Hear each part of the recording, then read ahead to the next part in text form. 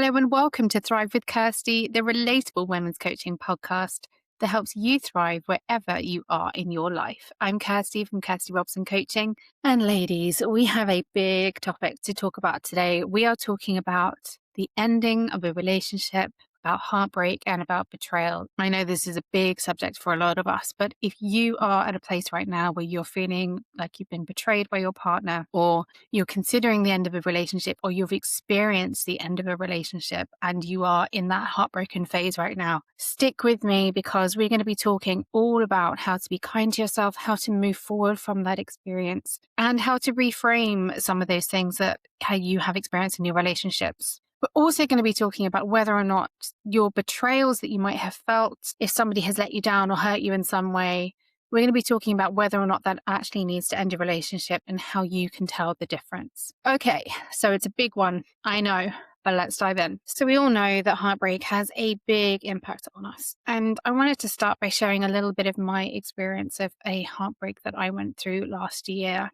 There's no right or wrong answer in these scenarios, I would suggest. And I think when something like a relationship ends or the potential of a relationship ends, there's a lot of stages of grieving that we go through, especially in a significant relationship. And I'll give you a very brief history of what happened to me last year. I had known this person for a long time and we were kind of on and off again for a long time. I've known this person for nearly a third of my life and they've been a friend to me and they have been more than a friend, and there were times in my life this person knew me better than anybody else. And I still think in some respects that's true. He was the first person that I told about some pretty significant things in my life. Somewhere in my mind, I always felt like we would end up together one day. And the circumstances didn't always align. We weren't always in the right place. It's sort of like ships in the night. We kept missing each other. And then last year, I realized when I was on holiday with the girls, just how big of an impact this person has on my life, how important they are to me, and that they had treated me better than anybody else ever had. I just thought, what am I doing? I compare every person I've ever been with this person. Things like when I walk down the street, he would always stand in between the cars and me, and he would always hold my hand when we crossed the road. And look, that might be divisive to some of you because you might feel like, well, I don't need someone to hold my hand. I can cross the street on my own. And I get it. And as an independent woman, I really get it. But this is his way of showing that he cares. So whenever I would go out on a date with somebody and they didn't, stand in between me and the cars, it was always on my brain. There's just certain things that you always think of with that when it comes to that person. And when I realized I compare everybody to them, I realized also that somewhere in my head, I feel like we're going to end up together one day. And that he is going to be the person I'll spend the rest of my life with. Why on earth am I holding back on this? Let's just go for it. And unfortunately, it didn't work out. The only thing I'm really going to talk about when it comes to the way that ended was that I'm a firm believer that words and actions should align, that words don't really mean anything if they're not backed up by actions, because it's very easy to say all of the right things. But if your actions aren't aligning with your words, then it doesn't really feel very meaningful to me. I realized it wasn't going to change. And I made the decision to put myself first. And it would have been really easy to just put up with that, accept it, and think, well, you've taken this big leap.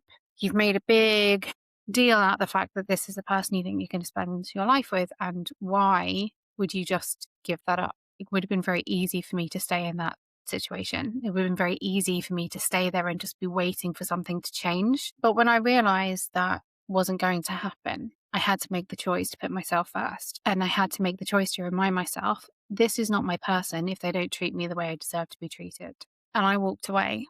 And it was one of the hardest things I've ever done.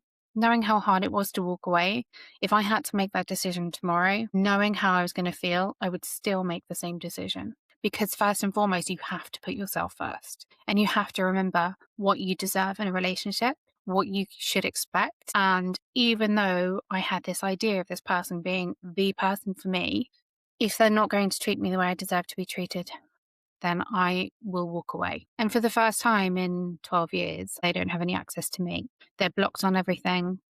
This birthday was the first birthday that I didn't wake up to a happy birthday text from him. He was always the first person to text me. Even when we went for a long time without seeing each other, I would still wake up every birthday with a happy birthday message from him. And when I woke up this birthday and there wasn't one, it was a very stark reminder that that was it and it's final and it's done, which is not easy. This episode is going to be slightly different because I'm going to be answering some of the most common things that come up in heartbreak and betrayal and relationships and the ending of a relationship.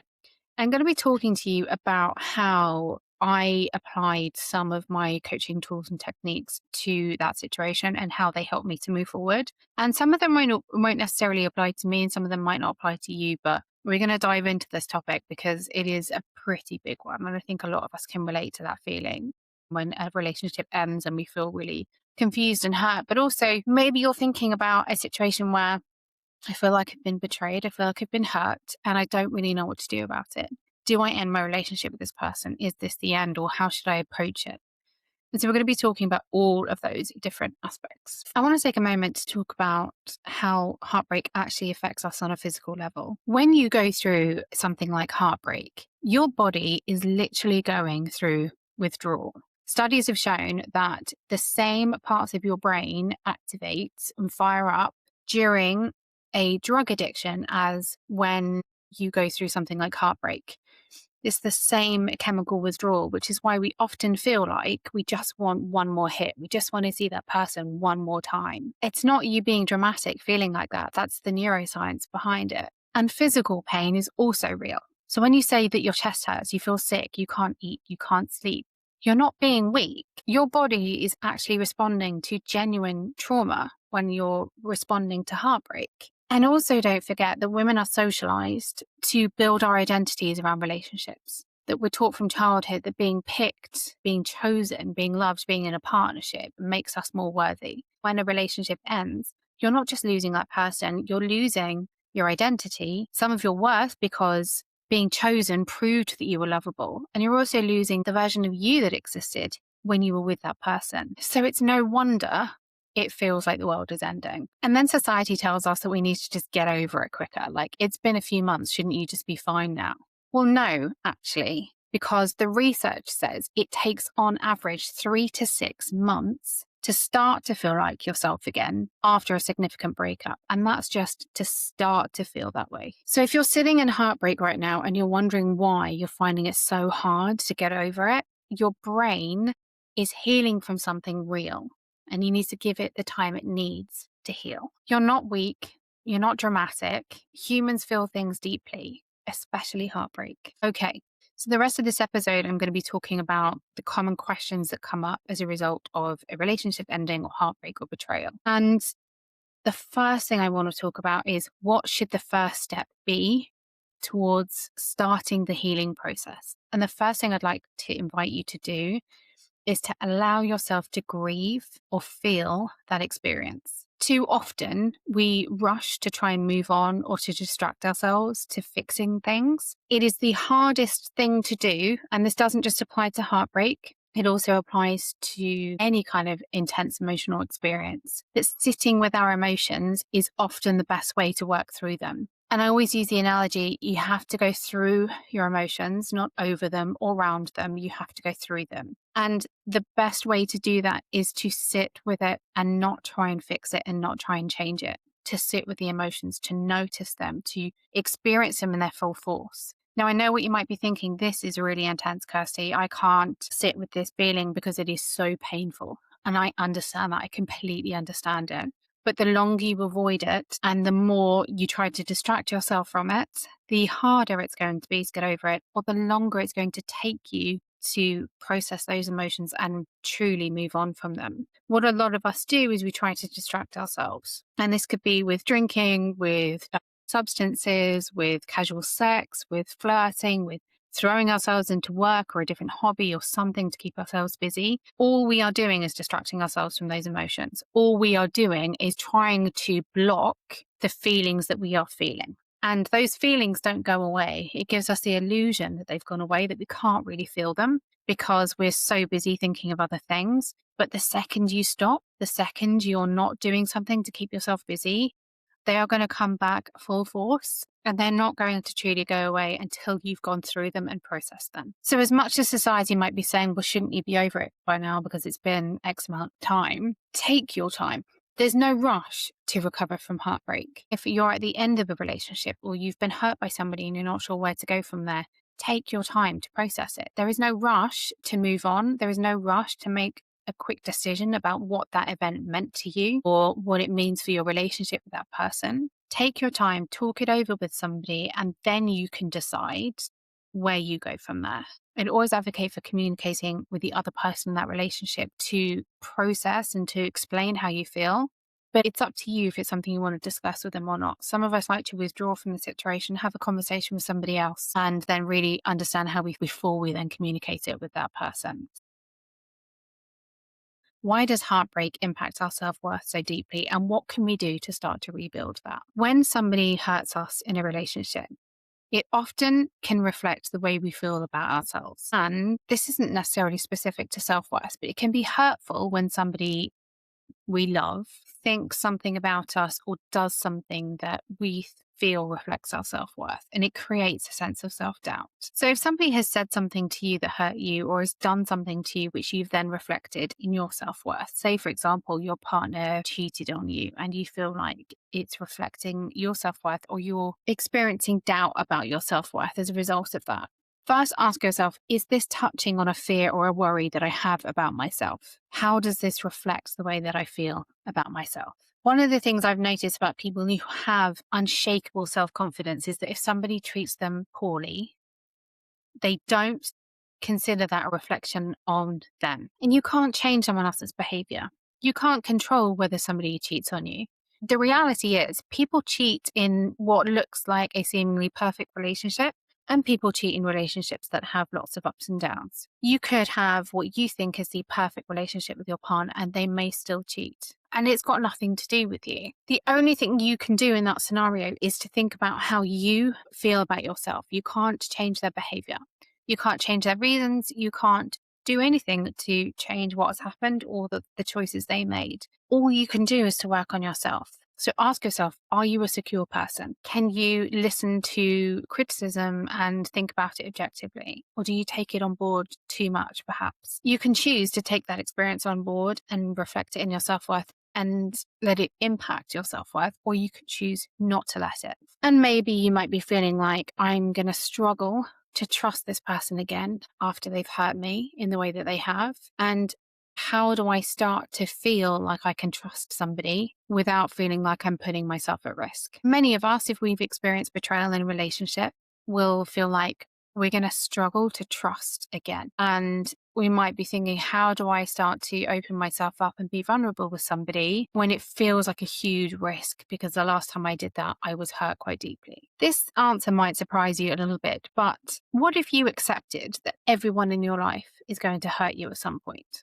Because I think it's the truth, and probably more than once. We are human and we make mistakes. I am sure that there are people that I've hurt without knowing it, and I've certainly hurt people inadvertently. So if we accept that everybody in our lives has the potential to hurt us, we can accept that these things will happen, and it makes it less of an outlier. We're human, we make mistakes, accept that. The important part is establishing what is a deal breaker for you. What are you not prepared to accept? Establish that and communicate it with the person that you're in a relationship with. And by the way, this doesn't just apply to romantic relationships. So establish and communicate those boundaries early on. Set the intention, set the expectation early on in your relationship. And secondly, do you know how to reflect back to a loved one that they've hurt you? And what would you like to change moving forward? Do you know how to navigate these things as they come up so that you can not only set the expectation early for how you wish to be treated, but also how to work through that with somebody if and when they do end up doing something that hurts you? To be in a relationship is to risk being hurt. And there's no rush to knowing somebody on an intimate level.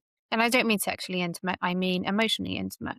There's no timeline that you need to follow. You can take your time and build trust with that person. There is no rush. If somebody is really intentional about getting to know you and being in a relationship with you, then they won't rush you to an end result. If somebody is rushing you, then ask yourself, what are their motives for doing that? One of the other things I want to touch on here is that a lot of the time, when we've been hurt by somebody in our relationships, especially if it took us by surprise, if we were caught off guard by that experience, we might close ourselves off to being that emotionally intimate with another person again because we're afraid that we're going to get hurt. And that's a totally understandable situation, totally understandable feeling.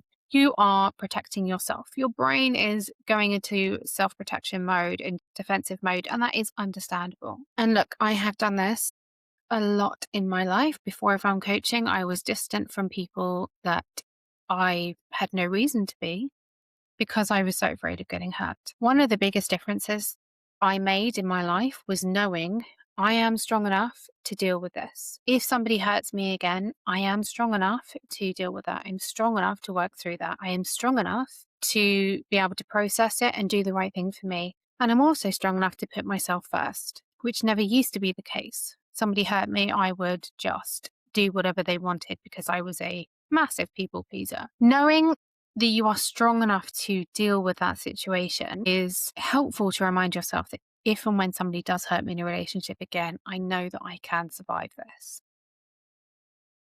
What are some of the emotional patterns that might come up when you've gone through a difficult breakup? And how can you avoid those patterns shaping your future relationships? One of the things that's quite common at the end of a relationship is that we blame ourselves. We take responsibility for things that weren't our fault, or we blame ourselves for not being good enough if we haven't got a strong sense of self-worth, or we blame ourselves for doing X, Y, and Z that led to the circumstances which eventually led to the end of that relationship. And I touched on this earlier, but choosing to reflect the ending of that relationship in our self-worth. We might be thinking, well, if I was skinnier, if I was prettier, if I was younger, if I was more successful, if I was this, if I was that, then maybe that person would still want to be with me. We often villainize our ex-partner. If you make somebody the bad guy, it's easier to hate them, and it's easier to hate them than it is to feel heartbroken. So I'm going to make you the bad guy and I'm going to hate you because that's easier for me to process. And as I talked about earlier, we can fear getting hurt again. So we distance ourselves from people in the future because we're afraid that this is going to happen again. And we close ourselves off from authentic connection, from real emotional intimacy. We avoid vulnerability. We avoid being vulnerable with a future romantic relationship. And that could also apply in all of our types of relationships. So as a coach, I'm always going to start with questions. And that's the way that I coach, and this way that I think gives us the most growth. So naturally, I'm going to come at this from a perspective of asking myself questions and inviting you to ask yourself questions too. So when you feel these things coming up, when you're villainizing your ex, or when you're blaming yourself, or when you're taking responsibility for things that weren't your fault, whatever it might be, challenge yourself when those things come up. Ask yourself, am I being fair to myself with these thoughts? Ask yourself what you would like to believe instead. Ask yourself if you're letting these thoughts stop you from finding the right relationship for you. Remember, you are strong enough to get through this. We so often are afraid of our ability to cope. But if you've known somebody who suffered terrible grief and came out the other side, no one wants that, of course. But having had that experience reminds you that you are capable of dealing with that if it happened again, because I've been there before. Ask yourself what you contributed towards the ending of that relationship. I want to be really clear. This doesn't excuse poor behavior from anybody. I want to be very clear on that.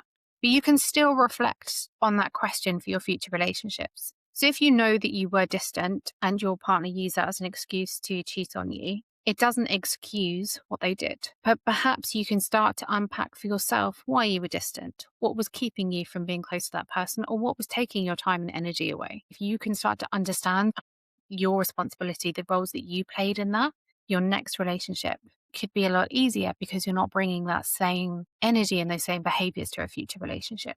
And for your future relationships, ask yourself if you're holding yourself back. For example, am I struggling to trust this person? Am I feeling jealous? Am I feeling insecure? Identifying those things early on, communicating those with that person doesn't absolve you of the responsibility. Those are still your emotions to work through. But by communicating them with your new partner, it helps them to understand and work with you on moving forward. And something I think is really important to note, and bearing in mind, there is only so much healing you can do on your own. And I talked about this in a recent conversation I was having with an organization that I'm partnering with. And we were talking about the ending of relationships and how we found that some of the patterns of distrust can appear in our future relationships. And I said to that group that don't forget, when you've experienced heartbreak or intense emotions at the ending of a relationship, you can only do so much work on that by yourself. And I highly recommend doing all of that work, by the way. I can almost guarantee that you're going to feel stronger and healthier and happier for your future relationships. But some things will happen in the process of being in a new relationship. Say, for example, your partner was really controlling around money. And when you separated from that relationship, you were then able to spend and use your money however you wanted to. And then you get into a relationship and a conversation of money comes up, you might feel triggered. You might have done all of the work to have put that aside. But it isn't until you have somebody else you're in a relationship asking a question about money, or the subject comes up, you start to feel like, hang on a minute, I'm feeling triggered here. Communicating with the person you're in a relationship with and explaining why this is a challenging conversation with you and what you would like to do moving forward is one of the only ways you're going to be able to process that, by going through that experience and rewriting the narrative, not replaying the same narrative that you had in your last relationship. You have a chance in that new relationship to rewrite those scripts. So communicate them with your partner and work through them together. Okay, what if somebody hurt you and you're feeling intense anger and resentment towards that person? You want to move forward, but you're still feeling sort of stuck in this trap of resentment and frustration and anger. So what do? When you think about moving forward, I'd like to invite you to consider the possibility that you can just decide to move forward. You don't have to forgive somebody and you don't have to forget what they did. Whether or not you choose to move forward whilst being in a relationship with that person or not, you can still decide to move forward without forgiveness and without forgetting what they did. And some wounds are so deep that can we ever really forgive those things? Can we ever really forget? I think it's entirely dependent on your own viewpoint, and it depends on what that person has done to hurt you. But some things may not be forgivable. Some things you may not be able to forget. I don't know if it's actually possible with some of the most hurtful things a person can do. And if you can't forgive and you can't forget, does that mean that you're just stuck in emotional limbo forever? What if you could choose to move on anyway? The process of choosing to move on, by the way, is not a quick split-second decision. You don't just think, I'm going to move on from this, and then all of the feelings of anger and resentment go away. And you suddenly feel like you've completely forgiven that person, and you've forgotten the hurt that they caused you.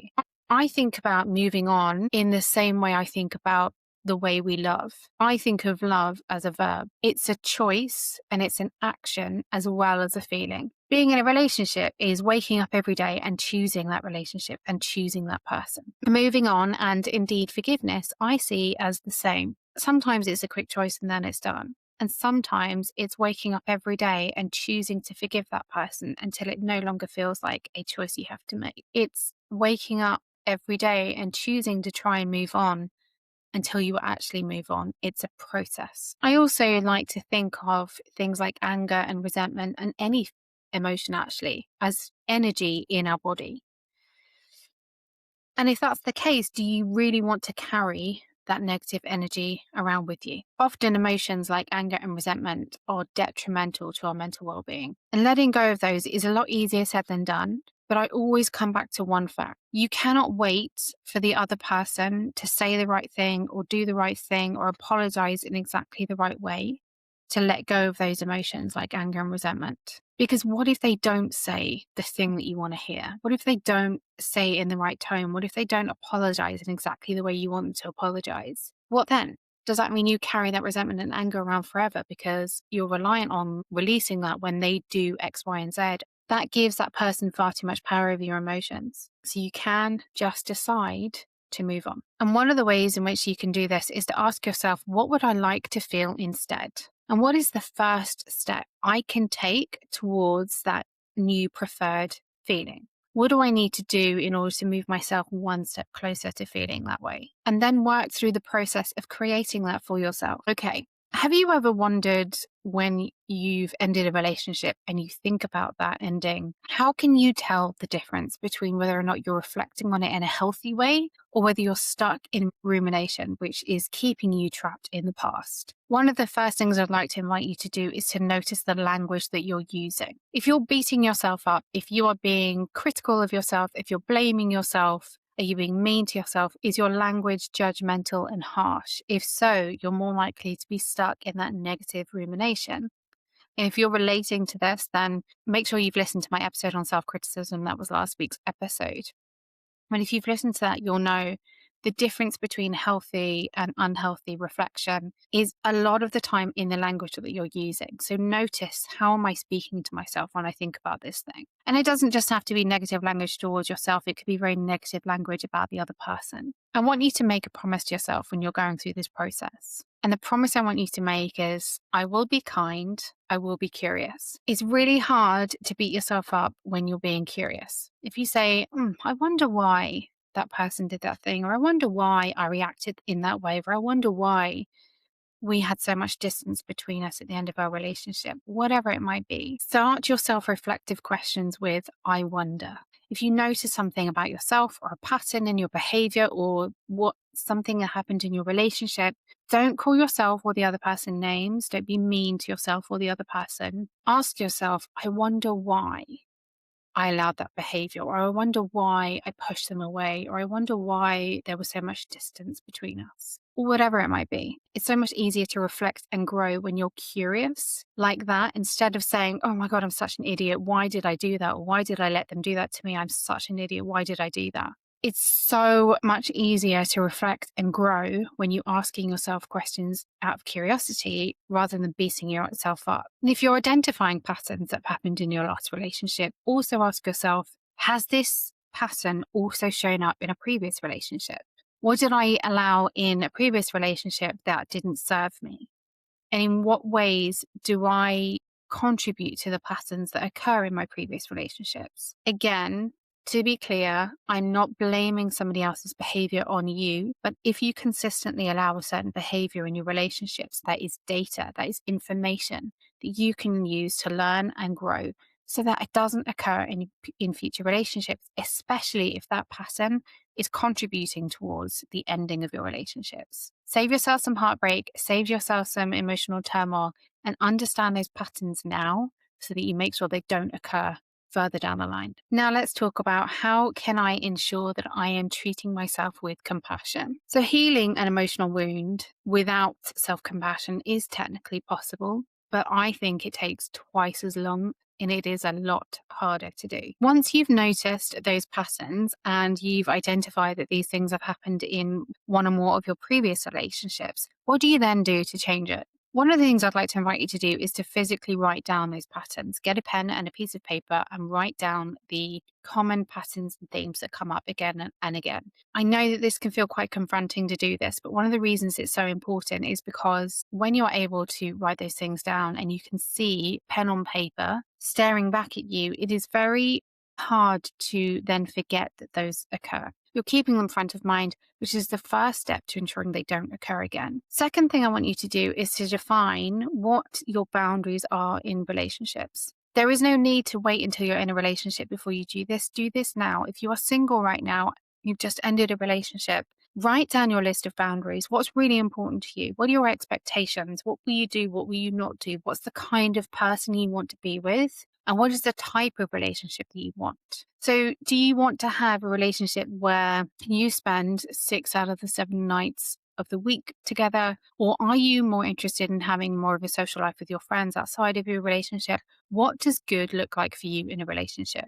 What are your non-negotiables and what are your things that you're willing to compromise on? Write all of these things down. Be really clear. Get your thoughts out of your brain and onto paper.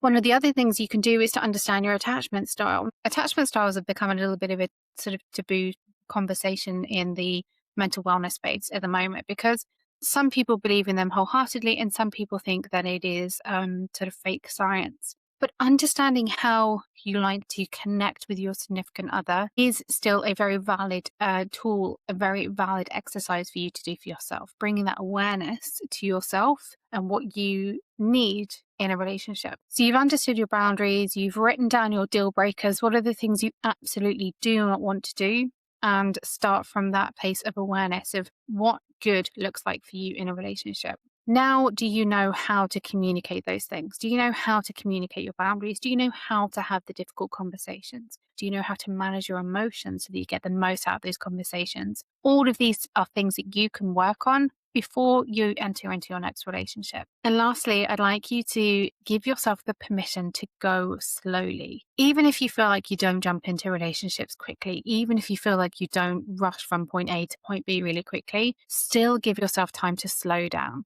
For two reasons. Firstly, slowing down allows you to notice red flags and toxic traits easier. You're not rushing into a disproportionately quick level of trust and intimacy. So when you take the time, you slow things down, it's easier to notice red flags and toxic behavior. And secondly, real trust, real intimacy, real vulnerability takes time to build. You can have a conversation with somebody and feel like you've known them your whole life, but you still haven't built that trust. Trust takes time.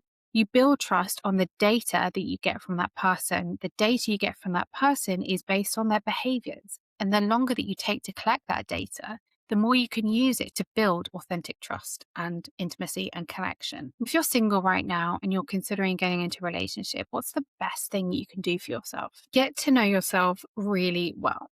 Be really comfortable with being by yourself, with your own time, with your own company. When you're completely comfortable with yourself, you don't feel the need to rush into a relationship to fix anything that's missing or to fill a void, because you have everything that you need right here. It also makes you a much stronger and happier partner if you are strong and happy by yourself. When you are looking for somebody to complete you or somebody to fix you or somebody to fill a void, you're much more likely to enter into a relationship that isn't right for you, because you're looking for something to fill that void, to complete you, to fix something within you. And when you're really happy in yourself and your identity and your strong sense of self-worth, you're less likely to sacrifice that for the sake of being in the wrong relationship. Because when you are truly happy in yourself, the right relationship will add to that happiness. It's not going to take anything away from you. It's going to add to your already very full and wonderful life. And lastly, how do I stop wanting them back when I know they are not good for me? We have this painful, frustrating gap between what your brain knows and what your heart feels. It's the difference between logically knowing something and emotionally knowing something. Your brain is thinking, they were toxic, there were so many red flags, they didn't treat you right, you deserve better. And your heart will be saying to you, yeah, but I miss them, I want them back, maybe it'll be different this time. But remember, your brain and your heart operate on very different timelines. Your brain can understand that something is over in a day. Your heart might take weeks or months or even years to know that. And that's okay, that's normal, that's how grief works. You're not pathetic for wanting somebody who hurt you. You're just human. But ladies, please hear me when I say this. Usually you're not missing them.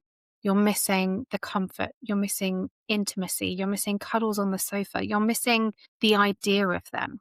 You're missing the idea of you with them. That's not the same as missing them specifically. And when you realize that, it takes some of the power away. So what do you actually do when you feel the urge to contact them? First, give yourself a 24-hour rule. If you still want to text them in 24 hours, fine, go for it. But usually that urge will pass. 2, reality check. Write a list of all of the things that they did that you didn't like, all of the ways that they weren't the right person for you, all of the ways that they hurt you.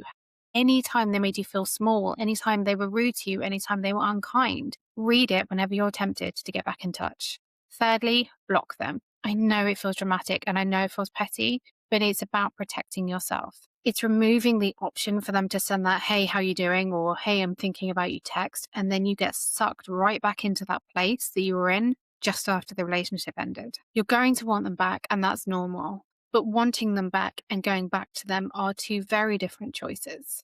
Choose yourself, even when it's hard, especially when it's hard.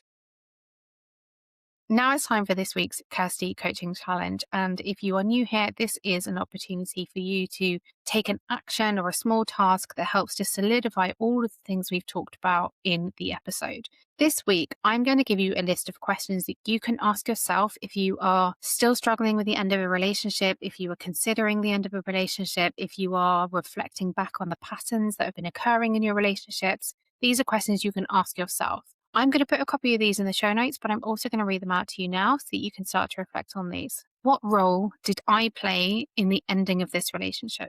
What could I have done differently? What contributed to the breakup that I could have recognized earlier on in our relationship? Do I like who I was in that relationship? How would I like to be different in my next relationship? How were my needs met? How were they not met? How important are those needs to me? What were the best parts and why is that important to me? Like I said, I'm going to put a copy of all of those questions in the show notes. Go and take as long as you need to sit down and start asking yourself those questions. And the beauty of an exercise like this is that you can come back to it again and again and again. If something occurs to you, come back to the question. You may ask yourself these questions in a couple of months' time and have very different answers, and that's all part of the growth. I really would love to hear some of your thoughts on those questions and some of your answers if you feel comfortable sharing them. So please feel free to comment on the episode below or send me a message on socials. I love hearing from people, so please do get in touch. You can follow me on socials at Kirsty Robson Coaching, and that's Threads, YouTube, TikTok, and Instagram. The podcast Instagram page is at Thrive with Kirsty Podcast. Make sure you're subscribed to Thrive with Kirsty so that you don't miss an episode. Episodes come out every Monday. Thank you so much for listening. And lastly, before I go, ladies, I am hosting a coaching retreat in West Sussex in October this year. If you've been feeling burnt out or disconnected from yourself or craving something more from your life, this is for you. Over 3 days, you'll experience coaching sessions designed to help you reconnect with who you really are, meaningful conversations with women who get it. We'll have yoga on the beach, walks by the sea, and be surrounded by a community of like-minded women. We'll cover topics like we've covered on today's episode and much, much more. I'll drop the link in the show notes for those that want to learn more about our coaching retreat, and I can't wait to see you there. Go follow me on socials, send me your thoughts on today's episode and those questions in Kirsty's coaching challenge. And you never know, I might be reading out your comments in a future episode. Come back next week for another episode of Thrive with Kirsty. Thank you so much for listening.